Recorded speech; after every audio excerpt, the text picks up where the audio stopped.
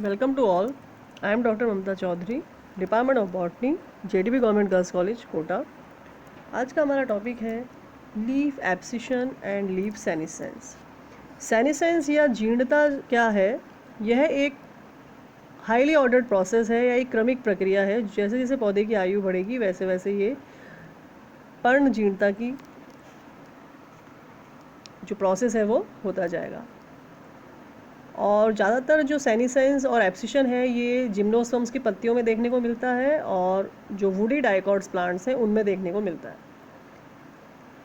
Normally अगर annual plants की बात करें तो एनुअल प्लांट्स में जो सेनेसेंस है वो फ्लावरिंग के बाद ही दिखाई देने लग जाते हैं इसके लक्षण।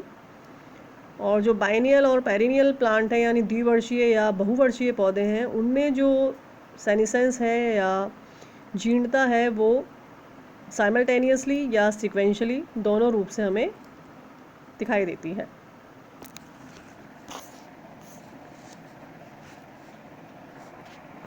लीफ सेनेसेंस या एब्सिशन जो है, लीफ एब्सिशन का मतलब है पत्ती का गिरना और लीफ सेनेसेंस का मतलब है लीफ का डेड होना। तो जो डेसिडस स्पीशीज़ हैं उनमें लीफ एब्सिशन और सेनेसेंस हर साल होता है, जबकि जो एवरग्रीन स्पीशीज़ हैं इनमें individual leaves abscise after 1 or more years of growth and development, but all the leaves do not fall at the same time. The activity of the leaf and other determinate organs of the plant is regulated by changes within them and by interaction with other parts of the plant. Leaf senescence is usually characterized by a yellowing of the tissue and by various biochemical changes. During the whole process, different patterns of metabolism may occur. Structurally, the most important changes occur at the time of abscission. तो leaf abscission में normally हम कह सकते हैं पर्ण जीर्णता मतलब पत्ती का पीला होना, और इस दौरान कई सारे बायोकेमिकल चेंजेस यानी जैव रासायनिक परिवर्तन भी होते हैं पत्ती के अंदर।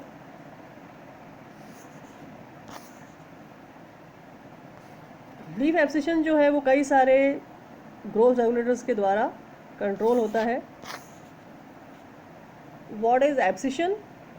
It is a process that involves the separation of the leaf from the stem or basal region of the petiole by separation or lysis of the cells and the subsequent formation of suberized protective layer beneath the exposed surface. तो जो पर्ण विलगन है या abscission है इसमें जो पत्तियां हैं या पुष्पांग हैं या फल हैं ये भी एक विशेष विधि द्वारा मात्र पौधे से गिरते हैं, इसे ही हम विलगन कहते हैं। अगर फ्रूट गिरते हैं तो उसे कहेंगे फ्रूट एब्सिशन, लीफ गिरती है तो उसे हम कहेंगे लीफ एब्सिशन। नॉर्मली जो लीफ एब्सिशन है इसमें दो तरह की परतें बनती हैं। पहली परत कहलाती है विलगन परत या एब्सिशन लेयर और दूसरी परत कहलाती है प्रोटेक्टिव लेयर या संरक्षक परत।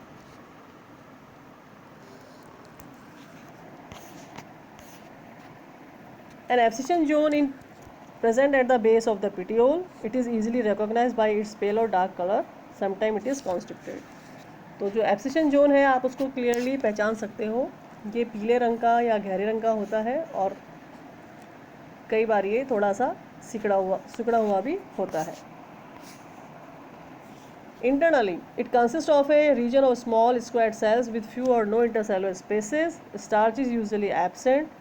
Fibers are very small or completely absent. It is regarded as a region of abrupt structural transition or a region of weakness.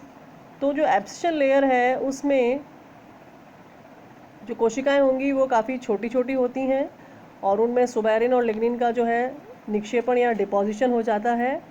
और इस रीजन की स्पेशली एब्सिशन लेयर की जो वेसल्स हैं वो भी काफ़ी छोटी हो जाती हैं और उनमें वेस्कुलर पैरेन्काइमा की मात्रा बढ़ जाएगी और इस क्षेत्र में टायलोसिस का भी काफ़ी निर्माण होने लगता है।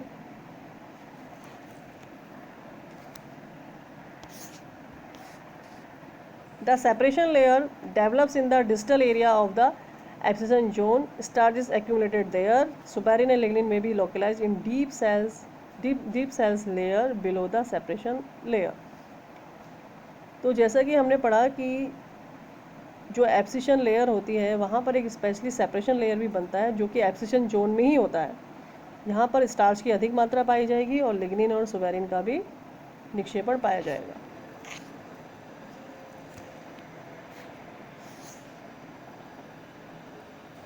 फैजियोलस में जो एब्सिशन जोन है उसमें जैसे कि हमने अभी पढ़ा कि जो टाइलोसिस है उसकी मात्रा बढ़ जाएगी ट्रैकियरी एलिमेंट्स या वाहिकाओं में। तो एब्सिशन जोन है उसमें स्पेशली जो वाहिका हैं उनमें टाइलोसिस बनने लगते हैं। टाइलोसिस क्या होता है? ये एक तरह की बैलून शेप्ड पैरेन्काइमी कोशिकाएं होती हैं जो वाहिका को अवरुद्ध कर देती हैं, तो जिससे जो वाटर कंडक्शन है वो रुक जाता है। इसके अलावा कैलोस जो है उसका भी निर्माण होने लगता है सीव एलिमेंट्स में या चालनिक तत्वों में। मतलब कैलोस का जो डिसोल्यूशन है वो होने लगता है, यानी डिसॉल्व होने लगती है, जिससे कि मटेरियल्स का गमन होने लगता है। सेपरेशन में occur by dissolution of middle lamella, dissolution of middle lamella and primary wall, mechanical breakage involving non living element. तो कोई पत्ती किसी तने से कब सेपरेट होगी? जब उसमें मिडिल लैमिला जो है वो घुल जाएगी, और मिडिल लैमिला प्राइमरी वॉल जो है यानी प्राथमिक भित्ति है उसका भी वो भी घुलनशील हो जाता है, और कई सारे नॉन लिविंग जो एलिमेंट्स हैं उनका भी ब्रेकेज होने लगता है। Changes into cell wall and in the enzyme which dissolve pectins, hemicellulose, cellulose, etc. इसके अलावा एब्सिशन के टाइम जो सेल वॉल है, एंजाइम्स हैं, इनमें भी चेंजेस आते हैं, और जो पैक्टिन्स हैं, हेमीसेल्यूलोज है, सेल्यूलोज है, ये बनाते हैं सेल वॉल को, तो ये भी घुलने लग जाएंगे। तो घुलने से जो सेपरेशन है वो ईजी हो जाता है। In plants there are several hormones that promote and inhibit plant growth. किसी भी प्लांट को प्रमोट करने के लिए या इनहिबिट करने के लिए या रोकने के लिए कई सारे एंजाइम आवश्यक होते हैं, जिसमें ग्रोथ प्रोमोटर्स में आएंगे ऑक्सिन्स, जिब्रेलिन्स एंड साइटोकाइनिन्स, और ग्रोथ इनहिबिटर्स में आते हैं ethylene and abscisic acid. Hormone levels depends on the day length along with the temperature. Hormone का लेवल क्या रहेगा वो भी फोटो पीरियड पर डिपेंड करता है। Springs, lengthening day and warming temperatures causes tree to produce lots of growth promoting hormone. अगर spring season होगा तो ग्रोथ प्रमोटिंग हार्मोन जो है वो काफ़ी अधिक मात्रा में निर्मित होंगे। Fall shortening day and cooling temperature produce growth inhibitors hormone. और जब लीफ फॉल का टाइम आएगा और टेम्परेचर कम होगा तो ग्रोथ इनहिबिटिंग हार्मोन्स जो हैं वो बनेंगे।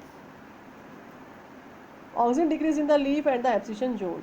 जब लीफ एब्सिशन होता है तो उसमें हार्मोनल चेंजेस में क्या क्या होगा? सबसे पहले जो ऑक्सिन हार्मोन है उसका जो लेवल है वो कम होने लगेगा। As leaf become old there are changes in the efficiency and direction of the auxin transport in the petiole. और जो ऑक्सिन ट्रांसपोर्ट है उसकी जो क्षमता है, दिशा है, वो भी चेंज हो जाएगी। Now the abscisic acid and ethylene becomes involve accelerating the abscission time. तो कहने का मतलब यह है कि लीफ एब्सिशन के दौरान ऑक्सिन की जो सांद्रता है वो कम हो जाएगी, जबकि एब्सिसिक एसिड और इथाइलिन की जो सांद्रता है वो बढ़ जाएगी, ताकि लीफ एब्सिशन हो सके।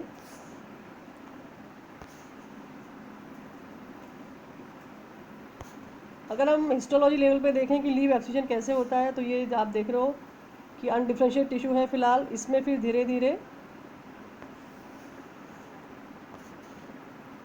स्पेशल जोन बनने लगता है, और इस जोन की वजह से जो टिश्यू है वो अलग होने लग जाते हैं।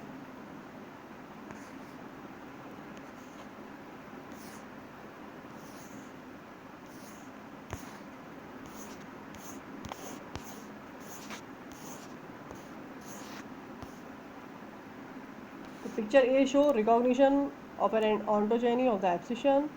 Picture B show competence or respond to abscission signals. C diagram show activation of the abscission process. And D recognize the trans-differentiation of a protective layer as the last basic step in the abscission signaling pathway, जिससे फिर ultimately abscission होता है। तो जैसा कि हमने पढ़ा कि पत्ती के गिरने पर या उसके डेड होने पर जो फैक्टर्स हैं, कई सारे फैक्टर्स इन्वॉल्व होते हैं, जिसमें कई सारे हार्मोन्स का भी योगदान होता है। जैसा कि हमने पढ़ा कि जो ऑक्सीजन्स है उसकी कंसंट्रेशन कम हो जाएगी, और जो एब्सिसिक एसिड है, इथाइलिन है, इसकी कंसंट्रेशन बढ़ जाएगी। इसके अलावा जब लीफ एब्सिशन होता है तो लीफ एब्सिशन में दो तरह के जोन बनते हैं, जैसा कि हमने भी पढ़ा, एब्सिशन जोन। और एब्सिशन जोन में दो तरह की लेयर्स बनेंगी, abscission layer and protective layer. Abscission layer में जो सेल्स होंगी वो छोटी छोटी कोशिकाएं होंगी, उनका जो साइटोप्लाज्म है वो डेंस होगा, उनमें सुबेरिन और लिग्निन पदार्थों का इन कोशिकाओं में निक्षेपण होगा, और जो वाहिका इनकी होगी इस वाले क्षेत्र की वो छोटी होंगी, उनमें टायलोसिस काफ़ी ज़्यादा बनेंगे। तो इस तरह से जो है एब्सिशन लेयर बन जाएगी।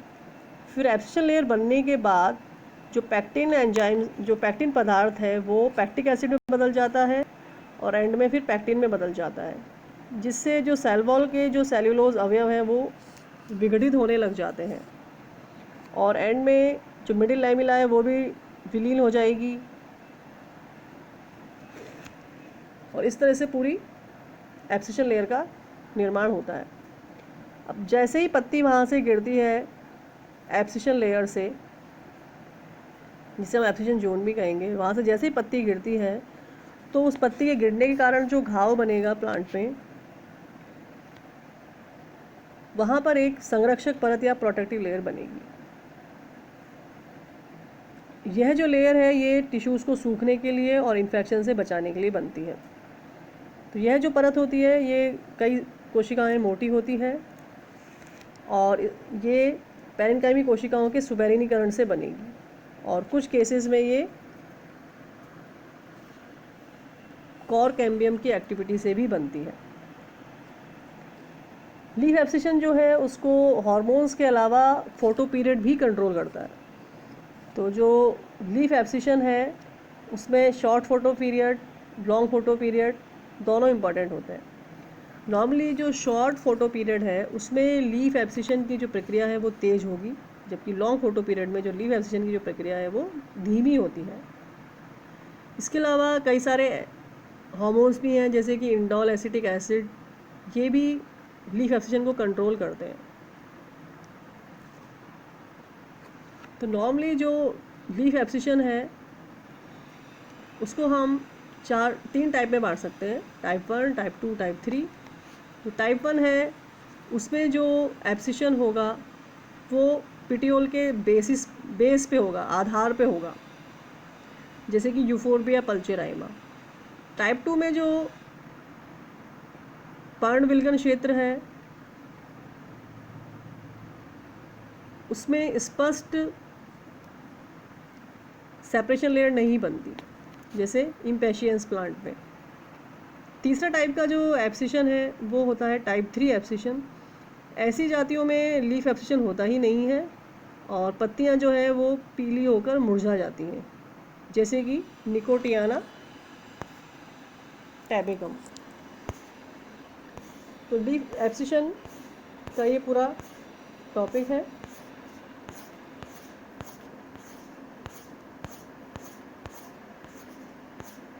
उसमें हम आगे सेनिसेंस की बात करें तो लीफ सेनिसेंस जो है उसमें पत्तियां पूरी तरह मृत होकर गिर जाती हैं।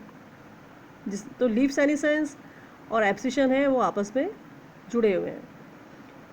लीफ सेनिसेंस की वजह से ही लीफ एब्सिशन होता है, इसलिए आपस में ये कनेक्ट है। यानी जो सेल्स हैं उनमें पहले जीर्णता आएगी, और फिर एंड में वो जो लीफ है वो उसमें पहले जीर्णता आएगी और फिर एंड में वो पत्ती गिर जाएगी। तो इस तरह से सेनिसेंस और एब्सिशन आपस में जुड़े हुए हैं। तो सेनिसेंस की अगर हम प्रारंभिक अवस्था देखें तो उसमें सेनिसेंस के दौरान क्या होगा, जितने भी सेल ऑर्गेनल्स हैं जैसे माइटोकॉन्ड्रिया, क्लोरोप्लास्ट, ये विघटित होने लग जाएंगे। डीएनए आरएनए की जो मात्रा है वो कम होती जाएगी, और जो संश्लेषी प्रक्रिया है, सिंथेटिक प्रोसेस है, वो भी रुक जाएंगे। और इन जो जीर्ण होने वाले अंग हैं यानी जिनमें सेनिसेंस हो रहा है जैसे कि लीफ, तो इसमें विघटन जो प्रक्रियाएं हैं वो तो बढ़ जाएंगी और जो संश्लेषी प्रक्रियाएं हैं वो घट जाएंगी। इस वजह से ही फिर लीफ में सेनिसेंस होता है। लीफ सेनिसेंस में साइटोकाइनिन हार्मोन का भी इम्पोर्टेंट योगदान होता है। साइटोकाइनिन जो है वो नॉर्मली पुनर्युवन प्रभाव उत्पन्न करता है। इस प्रभाव में सेल डिवीज़न, आरएनए, डीएनए इनके संश्लेषण में वृद्धि होगी। तो इसलिए इस दौरान साइटोकाइनिन की मात्रा भी कम हो जाएगी। अगर साइटोकाइनिन एक्टिवली काम करेगा तो सेनिसेंस नहीं होगा। अगर साइटोकाइनिन की सांद्रता कम हो जाएगी तो लीफ सेनिसेंस होगा। तो इस तरह से हम कह सकते हैं कि leaf senescence and leaf abscission are interrelated. So that's all about leaf senescence and abscission. Thank you.